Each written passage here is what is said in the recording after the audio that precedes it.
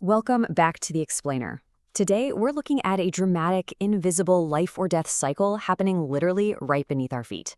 I mean, we walk on it, we drive on it, we live inside it, but honestly, how often do we think about the incredibly delicate early life of freshly poured concrete? As you're about to find out, concrete doesn't just dry out to get hard. It actually has to hydrate. And our entire focus today is answering one absolutely fundamental question. What happens if the curing of concrete is skipped? Because when we ignore that process, the results are completely catastrophic. Okay, let's dive into this. It's a super common assumption, right? You pour the wet concrete, the sun beats down on it, the water evaporates, and boom, it turns into a rock. Well, actually, scratch that. According to the engineering sources we're diving into today, that is a recipe for total structural failure. The hardening of concrete is definitely not a drying process. It's a highly complex chemical reaction called hydration. And that reaction, it's incredibly thirsty. I absolutely love how the source material humanizes this whole concept. They write, an efficient curing in the early period of hydration can be compared to a good and wholesome feeding given to a newborn baby. Fresh concrete is just incredibly vulnerable. When it's first mixed and placed, it is absolutely desperate for a continuous supply of moisture to fuel that reaction.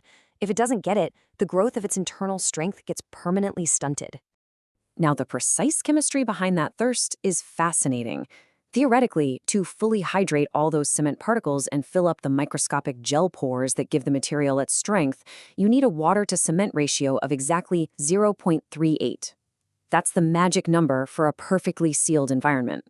But out in the real world, freshly poured concrete is never in a perfectly sealed environment. That vital mixing water is immediately under attack. Section 1. The evaporation crisis. The unseen thief. The very moment concrete is laid out, especially if we're talking about a hot summer afternoon in a dry climate, the hot sun and the drying wind act as these ruthless environmental antagonists. They start stripping the vital moisture right off the top surface before the hydration process has even had a chance to properly kick off. So let's look at the rapid chain reaction that follows. Step 1, we get that rapid surface evaporation. Step 2, because the surface is drying way faster than the water deep inside can bleed up to replace it, a steep moisture gradient forms. Step 3, this gradient causes extreme internal stresses within the semi-plastic mass. And finally, step 4, the concrete literally begins tearing itself apart. It starts forming internal microcracks before it's even hardened. It's chemically starving and physically breaking at the exact same time. But here is the crazy part. Despite this incredibly rapid crisis, there's a dangerous misconception out there. There's this wrong notion held by common builders and even municipal corporations who fatally wait until the next day to start the curing process. They pour the concrete, head home, and come back 24 hours later to build mud buns to hold water. The reality? By waiting 24 hours, the quick surface drying has already ruined the early hydration. Our sources are super clear on this. To retain adequate moisture, practical steps like early fogging or applying a fine spray must actually start within just a couple of hours. Section 2. Cracking under the surface. Visualizing the damage. So we've talked about the invisible chemical starvation, but what does this early neglect actually look like to the naked eye? Well, when the moisture is stolen and the curing is skipped, the structural integrity just vanishes. This leads to a specific type of macroscopic physical damage defined as plastic shrinkage. It's pretty much exactly what it sounds like. The top surface of neglected floors and road pavements literally shrinks and collapses.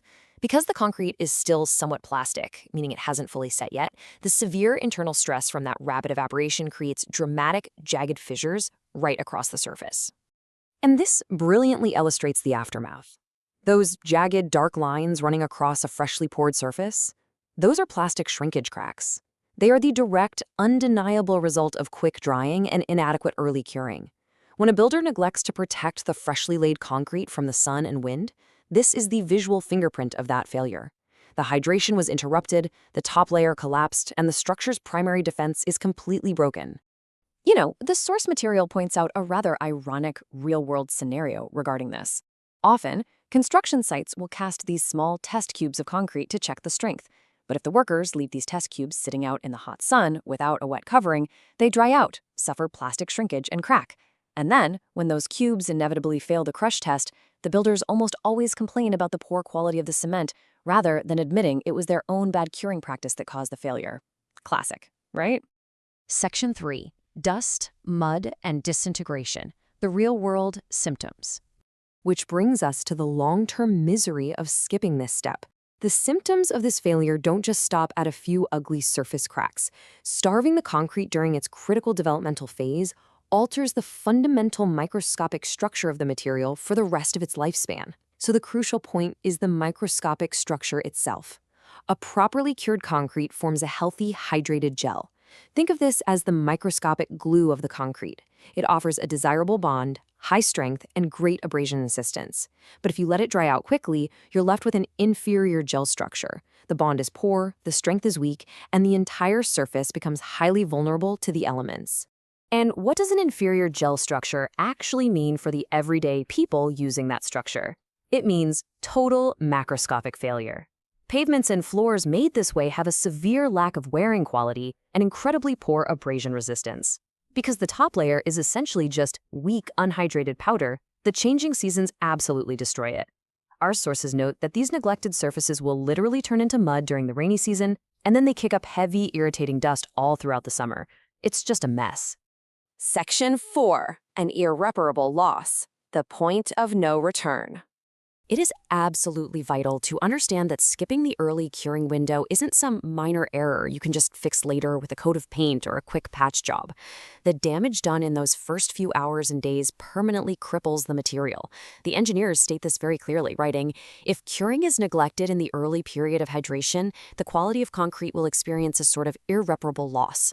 Now sure, if moisture eventually gets into the cracks later on, some delayed hydration might occur and try to heal those microcracks, but the initial failure to feed the newborn concrete when it was most vulnerable, that causes a permanent deficit in its ultimate quality, strength, and lifespan.